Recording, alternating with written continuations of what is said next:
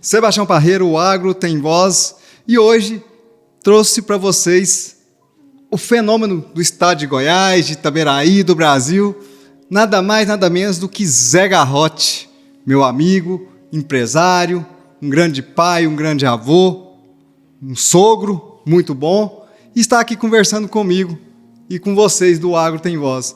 Zé Garrote, conta para nós como que você fez para chegar hoje com esse grande patrimônio, esse grande império.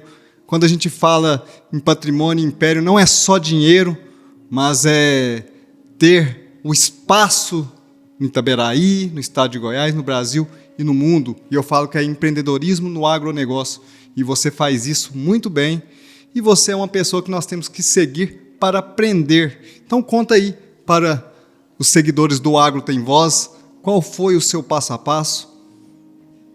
Sebastião, meu amigo Sebastião Parreira, que eu posso dizer amigo, tenho a liberdade de dizer também como filho. Sebastião Parreira é uma pessoa especial na minha vida, é especial nas nossas vidas, né, na vida da nossa família. Sebastião Parreira, eu lembro muito bem quando ele nasceu, lembro dele quando criança, lá nas nossas casas, brincando conosco lá. A nossa amizade é uma amizade de longos anos, de longos tempos. Seus pais são nossos amigos maravilhosos, pessoas especiais. A sua irmã é uma pessoa que nós adoramos bastante, né? A Carol. Fica aqui meu abraço e um beijo para você, Carol, né? Gosto muito de você. Estou feliz em poder você ter me convidado para a gente poder fazer esse bate-papo no seu programa tão importante, tão bacana, que o Agro Tem Voz. Quero lhe parabenizar pelo nome do programa, porque, na verdade, quando você fala o Agro Tem Voz, na verdade, ele tem mesmo. O agro já sofreu bastante, sofre bastante, ainda tem as suas dificuldades, grandes dificuldades, mas o nome O Agro Tem Voz significa de hoje que nós estamos posicionados, ou seja, de fato, nós temos voz, temos batalhas pela frente, temos dificuldades pela frente, somos às vezes vistos de formas equivocadas por outras regiões do mundo, por outros países, mas o agro tem voz porque nós estamos aqui para falar a voz da verdade, a voz do agro, o que é o agro no Brasil, o que o Brasil faz e o que pode ser feito do Brasil para o mundo para alimentar esse povo que existe, bilhões de pessoas aí, por onde não tem a oportunidade de conhecer, de ter o alimento de custo acessível, né, que aqui é feito em grande escala e leva para esse mundo, para o mundo afora, né? Então, a gente levar a palavra do agro é extremamente importante, Sebastião. Quando você me pergunta como é que a gente fez, como é que a gente faz, eu costumo dizer e tenho falado sempre nas minhas falas sobre sustentabilidade, né? Um fala ASG, né, que seria ambiental, social e governança, né? Outros falam sustentabilidade. Eu começo assim, mais ou menos não, eu começo assim, que eu interpreto dessa forma. Eu fiz um dia no nosso templo lá aqui em Itaberaí, conversando sobre sustentabilidade. E eu estava no templo nosso lá, da nossa igreja, e me veio um pensamento, isso fazendo uma correlação, uma analogia com a Bíblia em si, né? Então, Gênesis, né? Está lá na Bíblia, Gênesis, né? O primeiro livro da Bíblia, diz que Deus, né, faz a luz para poder romper as trevas e ali haja um rompimento, né? Ele chama a luz, né, a luz de dia e escuridão da noite. E nos seus 7 dias ele fez o céu e a terra e tudo que nele há. Então começa pelo seguinte: primeiro Deus cria os mares, o céu, a luz, os mares, a terra, né, as aves, os pássaros e tudo que nela habita. Quando ele faz essa introdução em Gênesis, Sebastião, Tiãozinho, posso te chamar de Tiãozinho?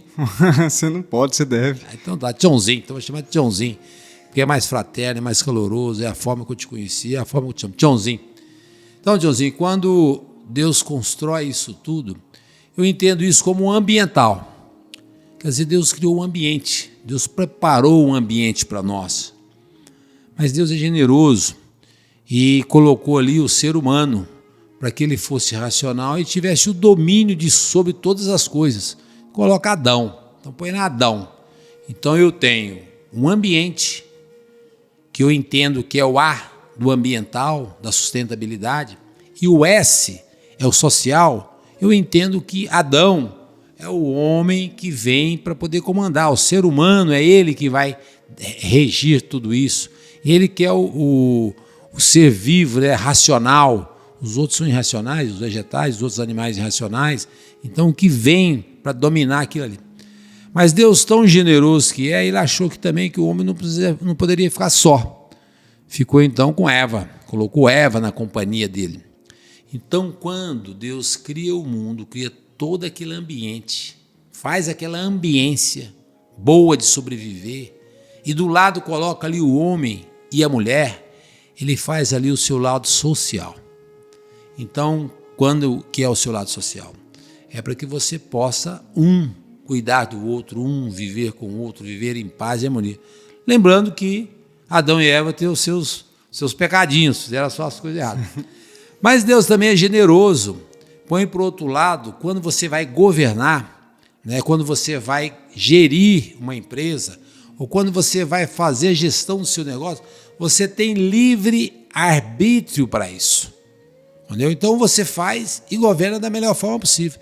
Então, quando eu falo de meio ambiente, que eu falo de sustentabilidade, eu faço essa analogia. Então, nós temos que respeitar muito o nosso meio ambiente.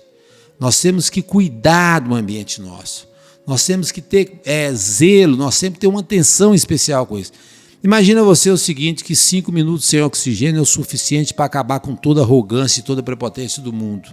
Toda a riqueza, toda a vaidade, todo o dinheiro. Apenas 5 minutos sem oxigênio é o suficiente para dar um apagão em todos os seres humanos que existem. Acabou. Então, você vê, o tamanho é a nossa pequenez. Né? Então, isso vem do meio ambiente. Então, nós precisamos cuidar do meio ambiente. Nós temos que preservar nossas matas, nossos rios, né? Cuidar, zelar, limpar, manter as coisas limpas, bem organizadas. Depois, por outro lado, você precisa do social. Porque quando você desenvolve um trabalho através de uma governança que foi bem feito, que você teve o livre arbítrio de escolher o caminho. Qual o caminho que eu escolhi? O melhor. Outros escolhem o médio, outros escolhem o pior. Qual o caminho que é? Quer dizer, é óbvio que se você escolher o melhor, você vai ter sucesso. Então, quando você tem sucesso e que você constrói isso muito bem, é muito importante que você divide isso com as pessoas que estão ao seu lado, que aí eu incluo, né, Adão e Eva como social.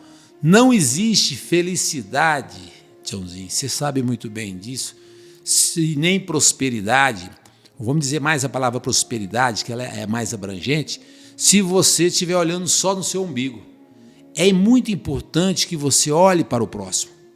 Olhe de coração limpo, de coração puro. Então, quando você faz uma ação dessa, que você tem uma gestão boa, organizada, bem feita, e que você atinge a tudo e a todos, consequentemente você vai ter sucesso. Ou seja, eu respeitei o meio ambiente, eu respeitei a minha casa, eu tive o direito o livre arbítrio de fazer o certo ou o errado, eu escolhi o certo, fui feliz no certo e eu gerei prosperidade para todo mundo. Então, isso eu entendo, eu faço uma analogia como sustentabilidade. Então, eu não vejo como haver sobrevivência, entendeu? No mundo dos negócios, no mundo corporativo hoje, no empreendedorismo, se nós não respeitarmos os caminhos da sustentabilidade. Eu sou uma pessoa que eu adoro esse tema, gosto desse tema, pratico isso pelo meu DNA, da minha mãe mesmo, entendeu? Que gostamos muito de zelar das coisas, aproveitar as coisas, não desperdiçar as coisas. Então, esse é um tema muito bacana. Então, eu acho que para você poder ser um empreendedor e querer gerar riqueza, distribuição de renda, bem-estar social, você tem que estar intimamente ligado na sustentabilidade. Você precisa ter isso, porque isso são práticas que o mundo hoje pede, o mundo hoje cobra isso, cobra de você isso. Ele quer que você, na verdade, você seja uma pessoa transparente, que você seja uma pessoa que faz as coisas corretas, que você esteja respeitando o meio ambiente, que você esteja fazendo social. Então, se você não tiver esses princípios, dificilmente você vai ter sucesso.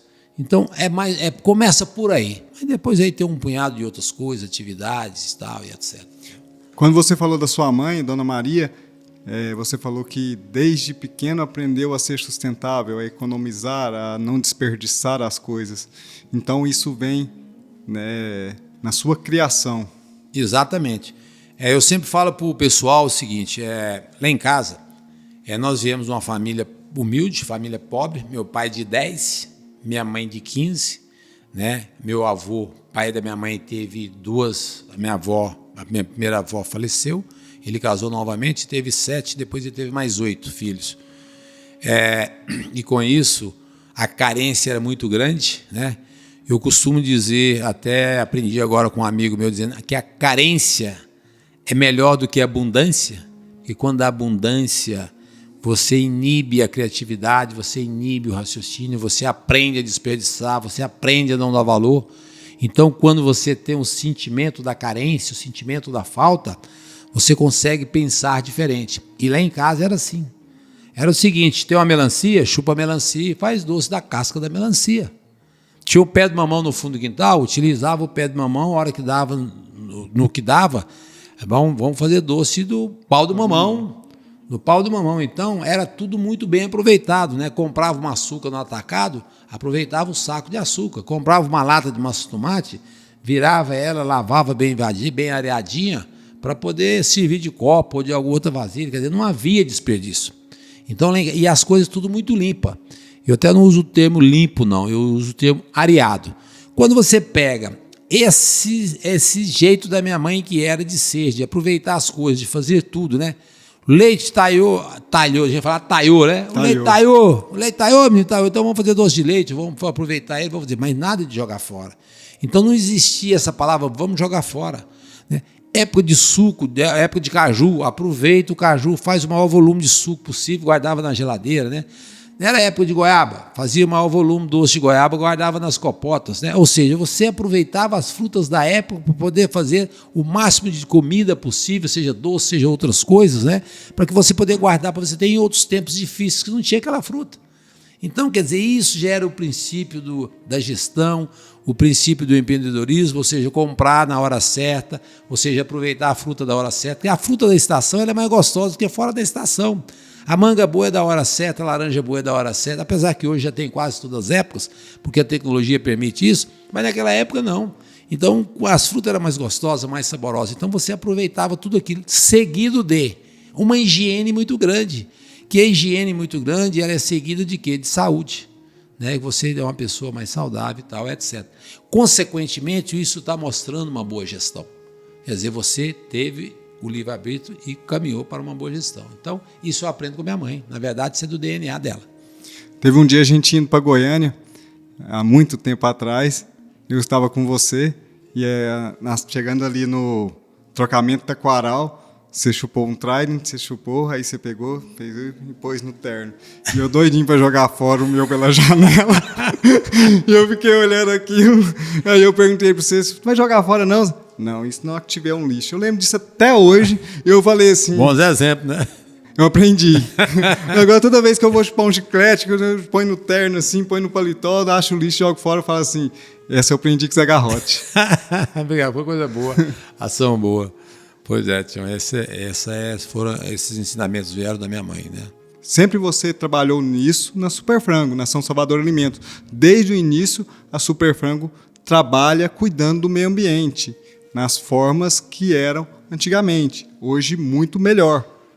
Tião, é o seguinte, você vê como é que as coisas são interessantes. Baseado nesses princípios, né, que a minha mãe me ensinou, que meu pai me ensinou, de você poder organizar suas coisas, de estar as coisas tudo muito limpo, muito organizado, e você também ter um caráter forjado, né, muito bem forjado, de querer fazer as coisas certas, as coisas corretas. Nós aprendemos isso lá em casa, não somos perfeitos, hein? Temos muito erro, mas sempre a visão é de fazer as coisas certas, fazer as coisas corretas. Quando eu vou construir o abatedouro, eu compro um terreno na margem do córrego, lá aqui em Itaberaí. Quando você vai lá, você sabe onde que é. Eu comprei ali 14 mil metros quadrados para poder construir o abatedouro. Nós compramos no senhor Rui Gomes, Antônio Gomes de Moraes, saudoso Rui Gomes, nosso amigo. Fica aqui meus sentimentos de saudades por ele, né? Que ele foi muito importante para nós. Deixa aqui minha gratidão e para Itaberaí. Meu reconhecimento e a minha gratidão. Eu comprei do senhor Rui Gomes ali 14 mil metros quadrados na beira do rio, na beira do córrego. Quando nós vamos fazer aquele projeto, nós contratamos a empresa que era da SPAT, que tinha ali o Roque Deboni, o Armar Deboni, o Luiz Deboni, o Rimar, que trabalhava nessa empresa. Eles viraram para mim e falaram assim: qual o terreno seu? Eu mostrei o terreno e fui lá e levei o terreno. Isso em 1987. 86 eu comprei o terreno, plano de 86, 87. Ele virou e falou assim: olha, surgiram as novas leis, que são as leis do meio ambiente. Essas leis vão chegar e vão apertar muito. Da forma que você está construindo e quer construir aqui, esse terreno, seu frigorífico pode ser condenado no futuro. Eu nem sabia o que era meio ambiente, nunca tinha ouvido essa palavra da minha vida, não tinha nem noção, estou falando de 1987. Eu disse para ele o seguinte: não, eu quero viver em paz, eu quero construir minha planta aqui, mas eu quero viver em paz, eu não quero confusão não. Se você não quer confusão, você tem, aqui nessa área você não pode comprar, você tem que trocar na área, você tem que estar pelo menos, naquela época me sugeriu 200 metros, 300 metros, longe do córrego, então você pode ter problema. Aí eu fiquei embasbacado, falei: eu acabei de comprar o terreno caro, entendeu? O senhor Rui tinha me vendido para poder, acreditando na prosperidade do abatedouro, que ele teve uma visão muito boa, que graças a Deus o abatedouro prosperou. Aí voltamos nele, eu e o senhor Carlos: Rui, essa área de 14 mil metros não serve, eu preciso de uma área mais distante. E ficou pequena também, em vez de 14 eu preciso de 21 mil metros. Aí nós compramos dele esses 21 mil metros, ele me recebeu os 14, só porque o seu Rui também é bom, mas o negócio ele era firme, né? Eu tive que pagar uma boa diferença para ele. Mesmo assim, nós pagamos, acertamos, o nosso negócio foi muito bom, né? Porque eu comprei o negócio, ele me serviu na hora certa, me atendeu na hora certa, permitiu a troca da área, você entendeu? Me atendeu.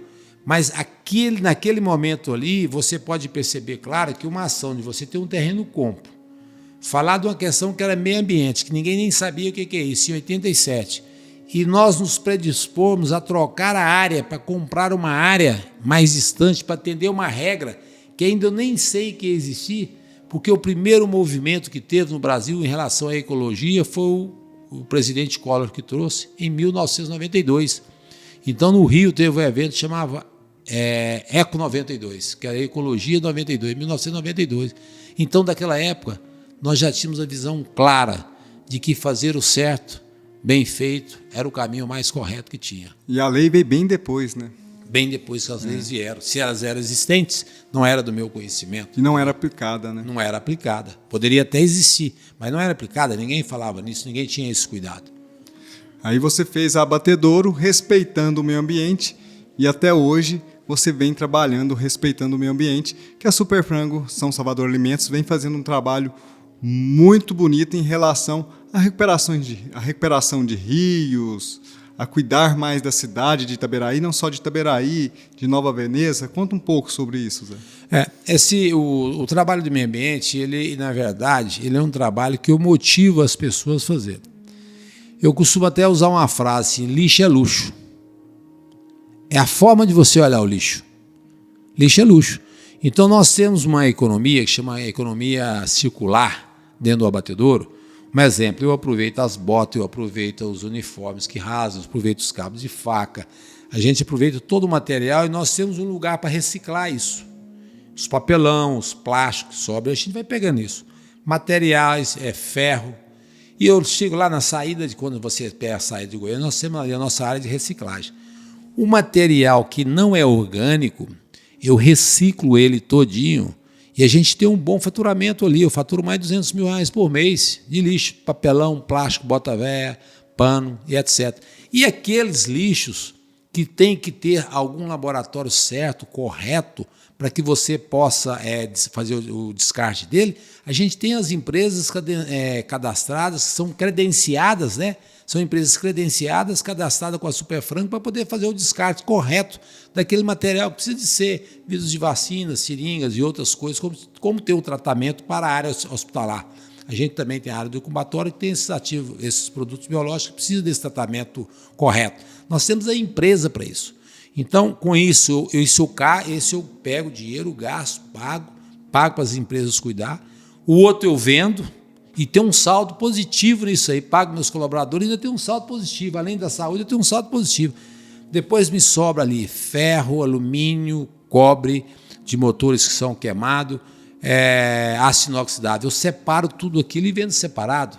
Equipamentos usados, eu pego os equipamentos e vendo separado. Então, quando dá no final do ano, eu tenho uma receita considerável do lixo que me sobrou, que seria um problema. Eu pego esse lixo, transformei isso de uma forma organizada, vendi para as empresas especializadas, que cada um quer aquilo. Quem quer alumínio, leva alumínio. Quem quer ácido inoxidável, leva ácido inoxidável. Quem quer o papelão, leva o papelão. Quem quer a cartela do ovo, leva a cartela do ovo. Quem quer o plástico, leva o plástico. Quem quer as botas brancas, essas vulcabrais que os colaboradores usam também. Os uniformes que você vende para poder fazer estopa, enfim. Eu achei um cliente para cada um dos nossos lixos tem lá. E a gente fatura um bom dinheiro com isso. Então, além do mais, não estou poluindo, não tenho nenhum problema com a questão de meio ambiente, vivo feliz, em paz. Transformei aquilo que as pessoas acham que é problema em um negócio e que dá dinheiro. Isso é empreendedorismo sustentável, né? Muitas pessoas falam em sustentabilidade e fica difícil fazer sustentabilidade com empreendedorismo, mas não. Quando você olha para o problema e quer resolver, você resolve e consegue ganhar dinheiro ainda. Na verdade, o que acontece? Você encara o problema de frente, né? Eu tenho um problema e eu parto do princípio que todos os problemas têm solução. Não existe problema sem solução. Todos os problemas têm solução, só se você não quiser. A partir da hora que você não quer, aí você pode não resolver, mas a partir da hora que você fala, não, eu quero resolver o problema, você resolve, você acha um meio, você vai trabalhando, dá trabalho, tem dificuldade, às vezes você gasta até anos para poder resolver, mas você vai resolvendo ele por parte, devagarinho, até no final você chega numa ação corretiva que você fica feliz. Então foi isso que nós estamos dizendo. E isso gera bons exemplos, né? Gera saúde, dá oportunidade. Hoje nós temos a oportunidade de levar vários clientes nossos na nossa área de reciclagem e transferir aquilo que nós vimos, aquilo que nós fizemos, para que ele também possa fazer no seu ambiente e, consequentemente, ganhar dinheiro. Ou seja, eu não quero ser um vendedor de frango para o tchãozinho. Eu não quero ser um vendedor de frango para o supermercado tal. Eu quero ser além disso, eu quero ser parceiro dele. Aquilo que eu sei que é bom para mim e que eu faço, eu quero que ele faça também. Então, eu chamo ele para poder conhecer os nossos processos e levar aquele feedback para ele de maneira tal que ele possa ganhar dinheiro com aquilo que para mim foi um aprendizado, que deu tempo, me gastou tempo, gastou energia, investi bastante para poder resolver esse problema. Eu já dou para ele pronto, é só ele adequar a situação dele, vai ser feliz, ganhar dinheiro, e com isso ele vai melhorando o mundo. É assim. A São Salvador Alimentos é reconhecida no mundo inteiro e várias pessoas, empresários do mundo, vêm visitar a São Salvador Alimento. Quando eles chegam e vê esse trabalho seu de empreendedorismo sustentável, o que eles falam? Gostam muito. É incrível como eles são surpreendidos positivamente. Porque a pessoa já sai, ela imagina, eu vou sair, vamos supor, de um determinado país da Europa ou da Ásia e vou visitar uma empresa do Brasil, a São Salvador Alimentos. Quando geralmente as empresas boas ou grandes, automaticamente estão ligados nos estados mais desenvolvidos, os estados mais ricos, né? Estados que produzem mais.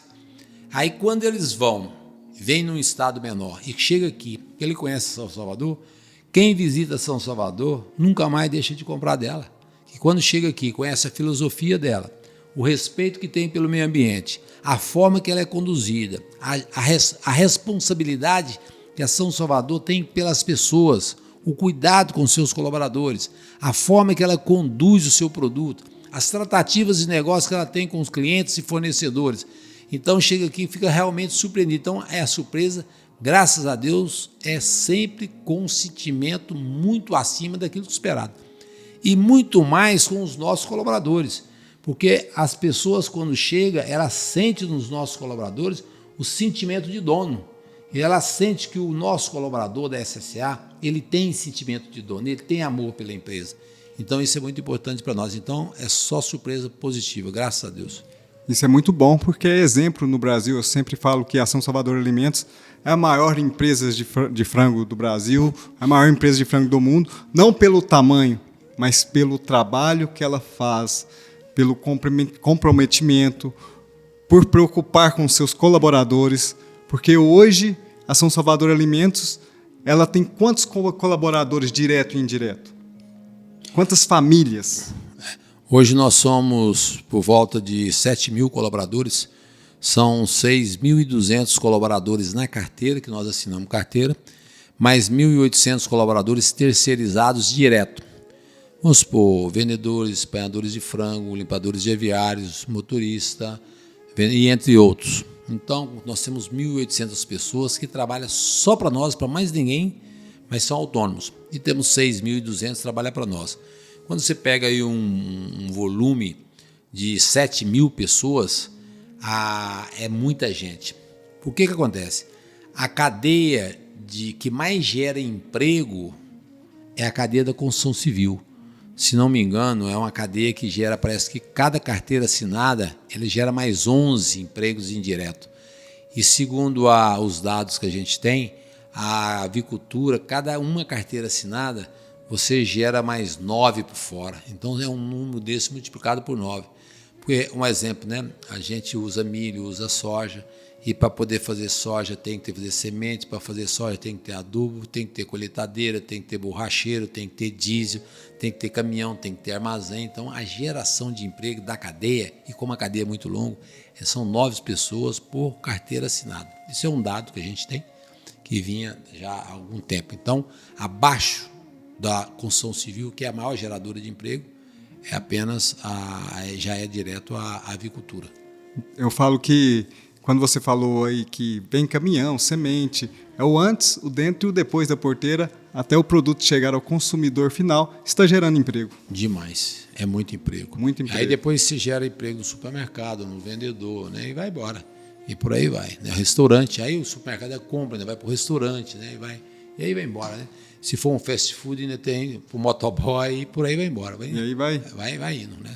E é importante isso porque fortalece o nosso estado, o nosso município, o nosso país, que hoje a São Salvador Alimentos precisa de mão de obras e às vezes não encontra, né, Zé Garrote? A mão de obra hoje é um ponto que você falou, é um ponto bastante importante. A gente tem falado muito de mão de obra. Vamos falar do tema mão de obra. O Brasil hoje, ele nós estamos com, a gente fala assim, com um déficit de mão de obra. Não existe um déficit de mão de obra. No Brasil hoje tem as pessoas que estão trabalhando na informalidade. Por que elas estão trabalhando na informalidade? Porque, na verdade, ele tem um benefício, né? Ele tem uns benefícios dele, que são os benefícios do governo, associado com as diárias que ele faz um salário bom. Portanto, ele não quer trabalhar na mão de obra onde que tem uma carteira assinada, porque ele fica com medo de perder os benefícios. E não é bem assim. Você pode trabalhar com carteira assinada e ter os seus benefícios, né?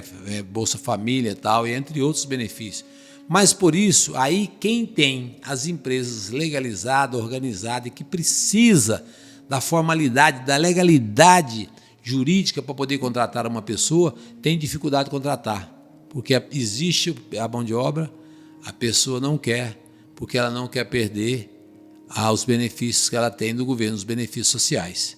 Eu digo aqui para você que os benefícios sociais podem sim muito bem combinar com a carteira de trabalho, não tem problema nenhum. Você pode ter sua carteira de trabalho, pode ter seus benefícios sociais e pode ter as duas rendas. Isso pode acontecer, mas as pessoas têm medo disso e termina que aí ele fica na economia informal. Gera-se um dado de que o país está tendo um desemprego X e, na verdade, nós que estamos aqui no dia a dia, nós estamos trabalhando, que nós estamos lutando, que nós estamos pelejando, queremos crescer, nós estamos com dificuldade de achar mão de obra, porque existe esse probleminha aí no meio do caminho para poder acertar. É uma informação incorreta que chega nas pessoas e elas não conseguem ter não tem como buscar essa informação correta, porque às vezes são pessoas mais carentes que não entendem o que está acontecendo. E muitas vezes o familiar fala assim, se você arrumar um emprego de carteira assinada, você vai perder esse benefício. E talvez até acrescente alguns benefícios. Então, existe os mecanismos corretos, todo organizado para que possa acontecer. Porque, na verdade, os benefícios sociais, eles são bem-vindos, deve ser feito, tem as pessoas que merecem, tem as pessoas que precisam, tem as pessoas que têm que viver dele eternamente, por uma ou outras razões, mas tem as pessoas que precisam dele por questão temporária. Ou seja, eu preciso do benefício social até eu me acertar em algumas coisas e tal, a minha vida. Aí, às vezes, quando a pessoa pega esse benefício por uma questão temporária, ele termina escorando nele, e daí ele fica com um sentimento mais difícil, por falta de conhecimento, fica com dificuldade de caminhar para o lado da legalidade, pela sua prosperidade. Porque o benefício da carteira assinada ele é muito grande. Você tem férias, você tem 13º, você tem o seu INSS que você vai pagar, você vai ter sua aposentadoria melhor lá no futuro e etc e tal. Entendeu?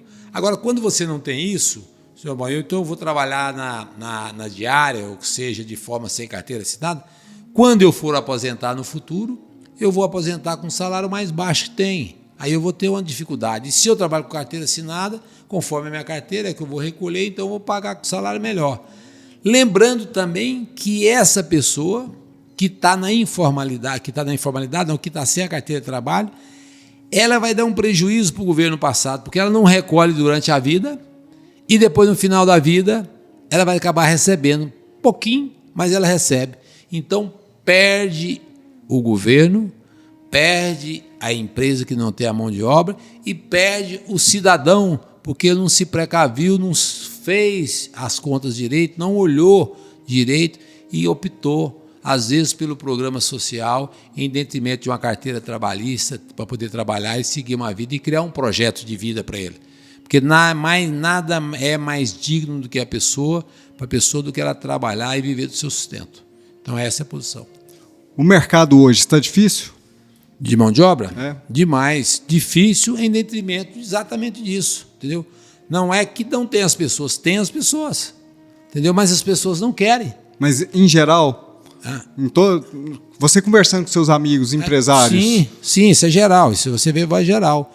Existem as pessoas, mas as pessoas não querem porque, na verdade, existem os benefícios. Né? Porque eu sempre estou vendo na internet ou propaganda que a Superfrango está procurando pessoas para trabalhar. E aí sempre está tendo vaga, e é em todo lugar. Todo empresário passa por essa dificuldade. Todos os empresários, todos os grandes estão passando por esse momento de mão de obra. Além do mais, existe outro quesito também. É que além de você precisar dessa mão de obra, você também tem o problema da qualificação da mão de obra. Nós estamos com o problema da falta da mão de obra por esse aspecto. Temos falta da mão de obra pela qualificação. E às vezes chega a ter falta da mão de obra também, até por falta de não achar nenhum dos dois. Entendeu? De forma alguma, em detrimento específico da questão social. Eu tenho um amigo, Valdinei Valério, ele é diretor do IPAC, uma instituição social, e ele fala que esse novo ensino médio, o ensino fundamental do governo, ele está atrapalhando um pouco, porque as pessoas não saem tendo conhecimento, tem que auxiliar o ensino com algo prático para ajudar as pessoas a poder ter um emprego, a empresa ter uma mão de obra especializada. Você concorda com isso? Na verdade, o seguinte, o mundo está caminhando numa velocidade muito rápida. Com as redes sociais, com a tecnologia que tem, as informações, elas são muito grandes. Elas são rasas, mas são muito abrangentes, né? E há uma necessidade muito grande de uma mão de obra bem qualificada. E os cursos que tem também são bons cursos, são boas escolas, Mas talvez as pessoas não estejam dedicando tanto a isso, e aí na hora que você precisa de aprofundar, as pessoas estão sem conteúdo para poder aprofundar. Ela tem uma visão superficial de quase tudo, mas no fundo ela não é especialista em quase nada. Você entendeu? Aí isso dificulta. E aí quando você precisa da mão de obra especialista para poder, aí você não acha, o cara não consegue entender isso. A São Salvador é conhecida por ter os funcionários de muitos anos de casa. Você investe nos seus funcionários, na mão de obra qualificada dos seus funcionários? Tião, é o seguinte, Tiãozinho, eu tenho um lema, eu digo sempre o seguinte, eu gosto de dizer isso sempre, porque é para as pessoas refletir no que eu acredito, que eu acho que dá certo. Não sei se é assim, mas a primeira coisa que eu faço é Deus, em primeiro lugar, sobre todas as coisas, Deus, pessoas e tecnologia. Deus não se discute, soberano. Ele é o Senhor e pronto, acabou. Entendeu? Depois as pessoas. As pessoas, você precisa de gente boa. Você poder desenvolver, empreender, fazer isso que nós falamos de sustentabilidade, buscar pessoas para trabalhar, aplicar, você precisa de gente. Você precisa de gente boa. E quando você vai buscar gente boa para poder trabalhar, a primeira coisa que você faz é o seguinte, o que é? Eu preciso de pessoas que tenham caráter. Eu preciso de pessoas que tenham vontade, que são honestas, que têm bons princípios. Entendeu? Se você vai trabalhar com... Existe até um ditado assim, né? Diga-me com quem tu andas, direi quem tu és. Com quem você anda? Com quem você anda, eu vou saber quem você é. Diga-me com quem tu andas, que eu direi quem tu és. Então, isso é fácil você analisar. Então, ao contratar, nós temos o cuidado de contratar pessoas de caráter, pessoas honestas, pessoas boas. Às vezes, ele não tem nenhum conhecimento profissional muito grande, mas, por outro lado, ele tem uma boa vontade muito grande, e, por outro lado, ele é uma pessoa que quer crescer, está predisposta a crescer. Então, aí a habilidade você desenvolve. Tem até uma frase pessoal da Porsche, né? Mais ou menos assim, né? Contrata-se caráter, habilidade você desenvolve. Então, se a pessoa quer se desenvolver, ela vai. Quando ela não quer, não adianta. Então, nós temos o cuidado muito bem de contratar as pessoas certas, cuidar das pessoas certas, cuidar das pessoas, respeitar as pessoas, ter umas tratativas boas, bons exemplos, atitudes positivas junto com essas pessoas. Com essas atitudes positivas com essas pessoas, você vai, com seus exemplos, você vai edificando tudo aquilo que você tem de propósito na vida. E quando a pessoa é boa, os propósitos se convergem, os propósitos se encontram. Então, se eu estou com você, você é uma pessoa do bem, se eu começo a dar sinais negativos, você vai embora. Se você é do mal, e eu sou do mal também, então se eu dou sinais negativos, nós vamos convergir, nós vamos juntos. Nós vamos andar junto. Então, por isso que a SSA é uma empresa que tem por tradição os seus colaboradores ficar lá anos, porque os exemplos são positivos. Não existe aquele negócio de Gerson, de levar vantagem, de fazer o mais rápido, que nós vamos ganhar, onde que é bom, o que é isso, o que é aquilo. Não, as coisas são certas.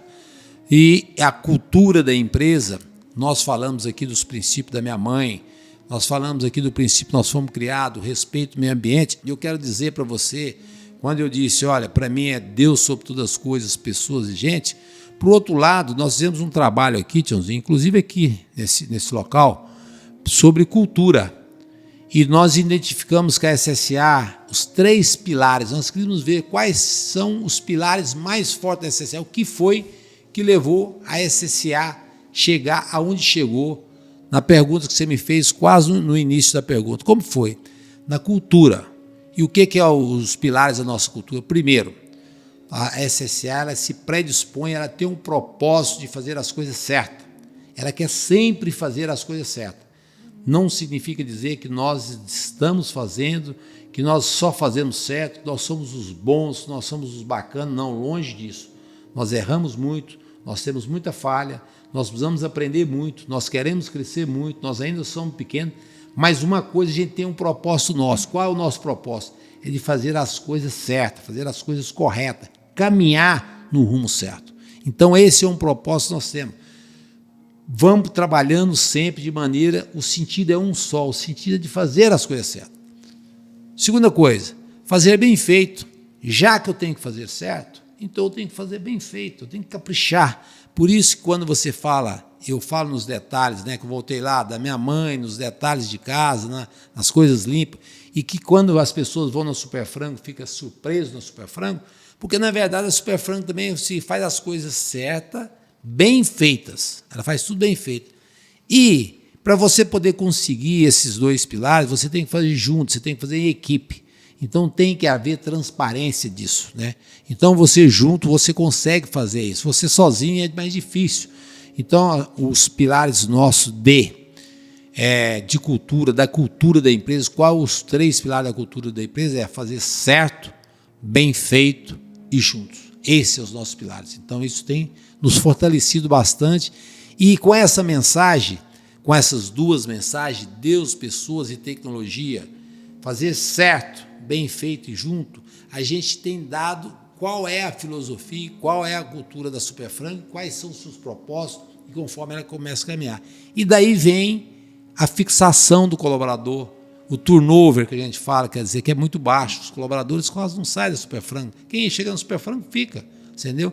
Depois, por outro lado, a admiração, o respeito, as conquistas que ela tem feito junto no mercado, tanto seus fornecedores quanto seus clientes, enfim, com as autoridades de governo, né, com as autoridades de maneira geral, seja ela na área trabalhista, seja ela no executivo, no legislativo, seja ela no judiciário, seja tem conseguido conquistar essa confiança, porque, na verdade, é os nossos propósitos. Não significa que nós não erramos, mas a proposta é fazer o certo. Então, isso dá uma estabilidade muito grande para quem está conosco. Muitas pessoas me perguntam, a Superfrango, como é que é lá dentro? Eu falo, a Superfrango não tem conversa torta e não tem nada obscuro. A Superfrango é clareza. Lá agora que está com o Hugo, que nós vamos falar de sucessão, seguiu o mesmo passo do pai. Os mesmos passos o Hugo faz conforme o Zé Garrote fez na época que ele estava na Superfrango, que está ainda também, mas o Hugo hoje é o novo CEO da Superfrango, você passou o bastão. Fala pra gente aí dessa sucessão, a importância da sucessão, Zé Garrote, porque muitas pessoas ou muitas empresas quebram por não ter a sucessão na hora correta. E você fez essa sucessão, passou o bastão para o Hugo no momento correto, e lembrando que o Hugo não foi escolha sua, ele foi preparado para assumir a São Salvador Alimentos, né? Exato. Joãozinho, você falou num tema extremamente importante. Nós falamos alguns temas muito bacanas aqui. Parabéns pela sua colocação, pelas suas abordagens e parabéns pela a ordem até do que você colocou as coisas, né? Falamos de meio ambiente, falamos de empreendedorismo e agora nós estamos falando de sucessão. Sucessão é um ponto que nós todos temos que estar muito atento com ele. E a sucessão, ela está também na sustentabilidade. Veja bem, quando você se predispõe a investir e a criar um novo projeto, como nós criamos a São Salvador aqui em Itaberaí, imagine quando eu fui falar em frango, em granja de frango, em 1987, era jogar uma paulada, o povo falava, esse menino é doido, né? Quem vai produzir frango, quem vai comer stand de frango, como é que essa história de frango, onde que esse cara está com a cabeça? Você concorda que eu acabei de dizer para você que a cadeia é muito grande, a cadeia é muito longa, né? Nós temos granjas de recria, nós temos granjas de produção, nós temos fábrica de ração só para matriz, depois você tem incubatório, você tem fábrica de ração só para frango, depois você tem os integrados, aí você tem um abatedouro, aí você tem os seus clientes, você tem uma cadeia muito grande em volta. A movimentação é muito grande. Nós temos dentro da SSA pessoas que estão trabalhando ali com o propósito de formar, outros de casar, outros de comprar um carro, outros de comprar uma casa, outros compraram caminhões, outros compraram terras, outros fizeram financiamento no banco para fazer barracão e assim sucessivamente. Nós temos um volume de pessoas muito grande que investiram dinheiro, acreditaram no nosso negócio, acreditaram nas nossas ideias para poder a gente seguir nesse rumo, nesse caminho certo. Por outro lado, nós temos uma responsabilidade maior ainda, que é transformar isso transformar esses vegetais em uma proteína animal que é o frango. Depois você abater esse frango e vender esse frango para o mundo inteiro. Hoje nós abastecemos 8, 9 estados no Brasil e mais 75 países no mundo afora que nós já comercializamos, ou seja, Itaberaí já botou o frango em 75 países no mundo afora. Nós temos autorização hoje para mais ou menos 170 países, se não me engano, 170 países. Eu posso vender para 170, estou vendendo para 75, ainda tem 95 para frente ainda, para poder vender. Ou seja, eu tenho uma vida pela frente para poder trabalhar. Quando você fala isso tudo, você imagina se nós não tivermos o zelo com esse patrimônio, você já imaginou o tanto de pessoas que nós vamos afetar? Por uma irresponsabilidade minha, ou que seja do Hugo, ou que seja por uma irresponsabilidade sucessória. Não estou dizendo a irresponsabilidade sucessória de você ter feito errado, ter sido irresponsável, até retiro isso. Eu vou dizer de uma ignorância da visão sobre a sucessão que você termina podendo criar uma situação difícil. Então a sucessão ela é obrigatória. A gente vê todas as cidades, qualquer cidade do Brasil, qualquer cidade do mundo que você for, você pode chegar ali e tem alguém que era bem e que depois não ficou bem. Tem alguém que não era bem e que depois ficou bem. Ou seja, o dinheiro ele não acaba. O dinheiro ele muda de mão. O dinheiro é danado. Ele não aguenta desaforo. O dinheiro ele não pode acabar. E para você poder formar sucessores, e isso precisa de uma história longa, você precisa de muita coisa. Exemplo, primeiro, você quer fazer um sucessor em casa? Como qualquer pai. O que o pai tem que dar? Bons exemplos. O pai precisa dar bons exemplos. Tem que trabalhar, o filho tem que ver, tem que trabalhar. Depois, você tem que saber se o sucessor está... Aí o pai quer sempre que o filho dele seja o sucessor. Eu gostaria muito que meu filho fosse sucessor. Mas o meu filho não tem aquela habilidade para poder ser sucessor. Eu não posso forçá-lo ele ser sucessor. E às vezes, a maioria das vezes, acontece isso. Aí vem um conflito entre pais e filho. Então é o seguinte, Hugo, vem trabalhar comigo. Não, pai, não quero trabalhar com você. Eu quero ter outra aptidão. Então, às vezes, o filho, ele não nasceu para ser sucessor. Ele é um herdeiro. Ele não escolheu para ser herdeiro, porque quando ele nasce, ele não escolhe a família que ele nasceu. Ele não teve o direito de escolher a família que ele nasceu. Ele nasce. E ali ele pode nascer numa família que é de fazendeiro, uma família que é de banqueiro, uma família que é de industrial, mas ele tem um tino de cinema, de artista de cinema, de ator. E aí? Como é que vai fazer? Vai tocar fazenda? Não vai. Não vai. Então, o pai não pode forçar aquilo. Então, a primeira coisa é a seguinte, saber, você deu os bons exemplos, tentou ensinar, e ver se ele quer, se o seu filho quer. Lembrando que ele é herdeiro, ele não é sucessor. Herdeiro é uma coisa, sucessor é outra. Se ele tem o dom para ser herdeiro, para ser sucessor, e ele quer ser herdeiro, que foi o caso do Hugo, ou quer ser sucessor, que foi o caso do Hugo, que tinha uma aptidão, que gostava da atividade, que gostava daquilo tudo, você lembra muito bem disso, desde meninos, vocês no abatedor, ia lá, sempre, desde quando criança. Viveu a empresa, né? Viveu a empresa, então o Hugo viveu a empresa, criou dentro da empresa, passou lá, sabia tudo que era aquilo lá, viu aquilo desde menino, ficava dentro da empresa lá, vocês lembram muito bem disso, né? 10 anos, estava dentro da empresa, então ele vivenciou isso, nasceu um sentimento nele, um desejo de ser o sucessor daquilo ali. Mas, para isso, também tem que se preparar. Eu não posso dizer porque é meu filho, tem desejo, quer fazer, e eu acho que ele pode tocar, se não está capacitado para isso. Então, você precisa também capacitar a pessoa para poder tocar. E também, por outro lado, você tem que acertar a família, porque nem todos os filhos vão querer trabalhar na empresa. Eu tenho lá muitos filhos, eu tenho 3, graças a Deus, eu fui muito feliz, porque todos os 3 estão dentro da empresa, e todos os 3 querem a empresa, e todos os 3 gostam da empresa. Então, eu fui um homem abençoado, entendeu? Eu costumo dizer que sou um homem abençoado.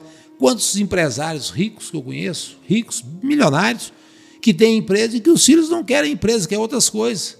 E eu compreendo muito bem o sentimento do pai, às vezes, meio frustrado, porque os filhos não querem, mas eu também compreendo muito bem o filho que não quer, porque ele não gosta daquilo. que você só consegue ter sucesso em algo se você fizer com amor. Isso é bíblico. Faça com amor. O amor é tudo. Quem faz com amor faz mais e faz melhor.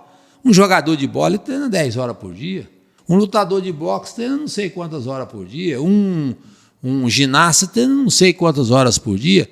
Então, quer dizer, a pessoa tem que ter amor, ela não vê dificuldade, ela não vê sofrimento, a vida dela é aquilo.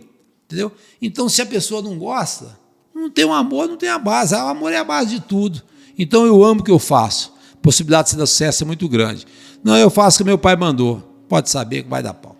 Não vai adiantar. Então, você tem que ter esse lado. E aí você capacitá-lo, né? Acertar a família, né? O que a família precisa? Olha, então, esse menino aqui nasceu, é herdeiro, ele não quer tocar a empresa, então eu vou preparar ele para ser sócio. Pelo menos sócio, ele tem que ser preparado para ser sócio.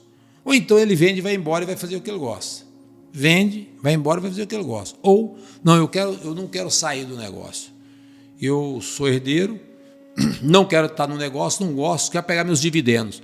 Então eu tenho que aprender a ser sócio. Aí eu vou me preparar para poder entender da empresa, entender os resultados, quero participar das reuniões estratégicas da empresa, quero os meus dividendos e vou embora e vocês trabalham, os executivos trabalham. Agora não vou dar palpite ali porque eu não tenho e não gosto, não tenho entendimento para aquilo. E com meus dividendos eu vou fazer aquilo que eu gosto. Então eu posso ser. Então, se eu sou um herdeiro, eu tenho duas opções. Eu posso ser sucessor ou eu posso ser sócio, né? E continuar a minha vida. Então eu acho que esse é um tema que você tem que estar muito bem preparado. Porque, por outro lado, tem os seus filhos. Quando você fala dos filhos, você tem que acertar. Um filho tem, outro não tem, né? Você tem que prepará-los cada um para isso. Depois, mais na frente, vem os agregados, que é o termo técnico que usa, que são os genros e a nora, né? Que são outro pessoal que vem, pode querer estar, pode querer não estar. E você tem que respeitar. São outras pessoas que chegam na sua família, que você tem que acolher com todo o amor, com tudo, com todo o respeito, né? Criar outra nova situação, porque ali é família. Então eu tenho que lembrar que eu tenho que ter família e tenho que ter negócio. Eu não posso misturar família com negócio. E para isso, essa sucessão, esse sucessor, é muito bom e importante que você crie uma estrutura societária, ou uma hold, ou instrui a família, instrui todo mundo para poder conversar sobre o tema. É um tema que tem que ser conversado, entendeu? Tem que ser falado dentro de casa, tem que ser falado na família para poder ser difundido e as pessoas terem a compreensão para todo mundo ser feliz. E todo mundo vai ser feliz. Então, o seguinte, né? Eu não quero trabalhar. Eu, por exemplo, optei por trabalhar com meu sogro. Né? Eu falei, eu vou optar por trabalhar com meu sogro. Trabalhei com ele. Então, fui sócio dele, fomos sócios a vida inteira, vivemos muito bem e fui um bom sucessor. Ele conseguiu fazer. Hoje eu fiz a sucessão do Hugo, o Hugo conduz muito bem, mas o Hugo tem o seu negócio separado. Então, o Hugo é funcionário da empresa, trabalha para a empresa, ganha da empresa, tem uns negócios dele separados que não tem nada a ver com isso, que isso é problema dele por lá, ele vive por lá, acerta com ele, naquilo que ele gosta, naquilo que gosta de investir, que ele faz, tem a vida dele separada, e nós somos pai e filho, a mesma coisa. Então, o Hugo é marido e tem os seus filhos, ele tem a família dele, ele é CEO da Superfrango, ao mesmo tempo ele também é filho do Zé Garrote. Então nós temos que saber distinguir isso, eu tenho que saber respeitar a minha nora com a minha neta, com a família dele, com os moldes operantes, vamos dizer assim, que ele vive a vida dele, né, com o estilo de vida que ele tem com ele. Eu tenho que cobrar duro dele dentro do abatedouro, porque lá ele é colaborador, ele é funcionário, e por outro lado eu tenho que dar o carinho de pai para o lado de cá. Então essa separação é que faz você ter um jogo muito importante para que você possa fazer uma sucessão bem feita, bem estruturada, bem organizada. Se você me perguntar, eu vou dizer assim para todo mundo: não tenha medo de discutir na sua casa o tema sucessão. Não tenha medo de discutir na sua casa o futuro pós-morte. Porque todo empreendedor, ninguém quer falar, não vou falar, não, deixa para depois, é uma conversa muito ruim falar. E vou dizer para você o seguinte, Sebastião: todo mundo se prepara, se organiza antes, a briga é muito menor, a despesa de advogado vai ser menor, e os impostos também vão ser muito menor. Você pode fazer uma sucessão, e até mesmo uma divisão de partilha antecipada, bem organizada, bem estruturada, em comum acordo enquanto você está em vida, que faz do jeito que você quer, dentro do comum acordo, sem briga nenhuma, sem problema nenhum, e sai muito mais barato, sem nada. Então, eu sugiro que é um tema que tem que ser discutido. E todo mundo tem alguma coisa para discutir, nem seja um carrinho que tem para discutir. E tem, entendeu? E sai muito mais barato e evita briga da família, né, Zé? É muito melhor. É um tema muito importante, né? É um tema hoje que está em alta. Meio ambiente, sucessão, empreendedorismo está em alta. E é importante porque o agronegócio sente muito isso. Antigamente, muitos fazendeiros forçavam os filhos a fazer medicina, por sonho de ter um filho médico. E aí, depois, esse filho médico não quis voltar para a fazenda. E aí tem muitas fazendas sendo vendidas aí, porque o filho não quer tomar conta da fazenda. E o que você falou é muito importante. A pessoa tem que querer, tem que gostar e tem que deixar essa pessoa escolher, esse filho escolher. Porque a sucessão começa com o pai, né, Zé? Exato. Abrir a conversa. Abrir a conversa. Você falou um negócio muito importante. Às vezes, o pai, o fazendeiro, tem uma grande fazenda, quer formar o filho, manda o filho para São Paulo. Um exemplo. Né? O filho vai para São Paulo, chega lá, o filho trabalha, seja um bom médico, um bom advogado, mas o patrimônio que ele largou aqui é infinitamente maior do que o patrimônio que ele está vivendo lá. E quando chega uma certa época, ele já vive bem, ele adaptou, seja lá qual cidade for, vamos citar São Paulo, que já adaptou. Ele não quer voltar mais para Goiás, ou que seja para o Mato Grosso, ou que seja para a fazenda. Aquele patrimônio dele que era grande, se ele tivesse formado naquela área, se ele gostasse daquela área, se ele fosse conduzido ali naquela área, ele poderia ter transformado aquela área numa grande empresa, porque tinha ali uma base muito grande. No entanto, ele formou em uma outra área que o pai desejou, não que era dele, o filho foi para lá para poder fazer, ou seja, o prejuízo financeiro aí pode ter sido maior, às vezes, em ter formado naquela área que não é. Então, essa conversa tem que ser uma conversa muito aberta. O que é que nós vamos fazer? Que forma que nós sempre fazemos? E o pai ou o empreendedor, ele tem que estar aberto para isso. Né? Se o meu filho falar para mim assim, pai, eu não quero trabalhar com o senhor, não tem problema nenhum. Então, o que você quer? Para que eu ganhei o dinheiro? Eu trabalhei e ganhei dinheiro em frango. Para que é? Para sustentar minha família, para sustentar o negócio, a minha responsabilidade social, né, tio? Nós estávamos falando agora anteriormente, né? Quando tem essa cadeia toda, a sucessão é uma responsabilidade social. Você imagina uma empresa dessa quebra, dá um crash, o estrago que não dá financeiro, desgaste emocional, estresse, quantos sonhos de pessoas não são quebrados, quantas interferências que você tem na vida da pessoa. Então, você não pode fazer isso. Tem que pedir a Deus todos os dias. Né? Isso não pode acontecer de hipótese alguma. A gente não podemos correr esse risco. Entendeu? A gente não pode correr esse risco, porque o estrago é muito grande. Aqui a minha responsabilidade social é grande. Então, mais uma vez, eu tive o livre arbítrio, né, para mim poder escolher qual caminho que eu queria seguir. Então, com isso, eu escolhi esse que deu certo, mais seguro, talvez mais devagar, mais seguro. Então, é um tema importantíssimo, não pode nem pensar ficar sem falar nele. Principalmente hoje, no caso do mundo do agronegócio, você falou que o agro tem voz, nosso programa aqui. Nós conhecemos muito fazendeiro que estão em cima das suas terras, trabalham nas suas fazendas e que os filhos precisam de uma discussão mais ampla, uma oportunidade de discutir, expor suas ideias, para que a gente poder fazer de maneira que isso possa virar negócio. Porque a tecnologia chegou no campo também, né? Chegou. Ó, eu falo Deus, as pessoas. Né, e a tecnologia. A tecnologia chegou no campo, então mudou. O que fazia antigamente não se faz hoje. O jeito que plantava antigamente não é o jeito que planta hoje. O jeito que cuidava do boi antigamente não era o jeito que cuida hoje. O gado de leite, então, nem se fala. A vaca hoje é tudo com robô e tudo com, né? Quer dizer, não precisa nem de vaqueiro mais, né? Quer dizer, as coisas mudaram. Então, eu preciso me adaptar para essa nova realidade da tecnologia e, para isso, eu preciso de pessoas. Né? E, para que eu preciso de pessoas, eu preciso que Deus me abençoe, me dê sabedoria, me dê visão, para eu poder coordenar isso e dar tudo certo. Ação Salvador Alimentos não é um patrimônio da família Garrote mais. Não. É um patrimônio da sociedade. Eu entendo dessa forma e falo isso muito bem para meus filhos. Né? Nós não podemos enfiar a mão na gaveta e gastar o dinheiro dela à torta direita. A Ação Salvador Alimentos é um patrimônio da sociedade. Nós estamos trabalhando para que ela seja uma empresa centenária. A Ação Salvador hoje tem 32, nós temos 50 anos de vida. Ela nasce aqui em 1973. Então, meu sogro constrói o primeiro barracão em 1973. Então tem 50 anos. Nós começamos a bater o primeiro frango tem 32 anos. Entendeu? O que é o sonho nosso? É que a nossa empresa seja uma empresa centenária. Eu começo com meu sogro com 20 colaboradores na granja. Eu saio do meu sogro da granja com 40 colaboradores. Eu abro o abatedouro com 70 colaboradores. Hoje nós somos 7.000 colaboradores. Você imagina bem a responsabilidade social disso. Então, quem nos impede? Sair de 70 para 7.000 é muito mais difícil que sair para 7.000 para 20.000. E 7.000 multiplicado por 9, que são os indiretos. Os indiretos.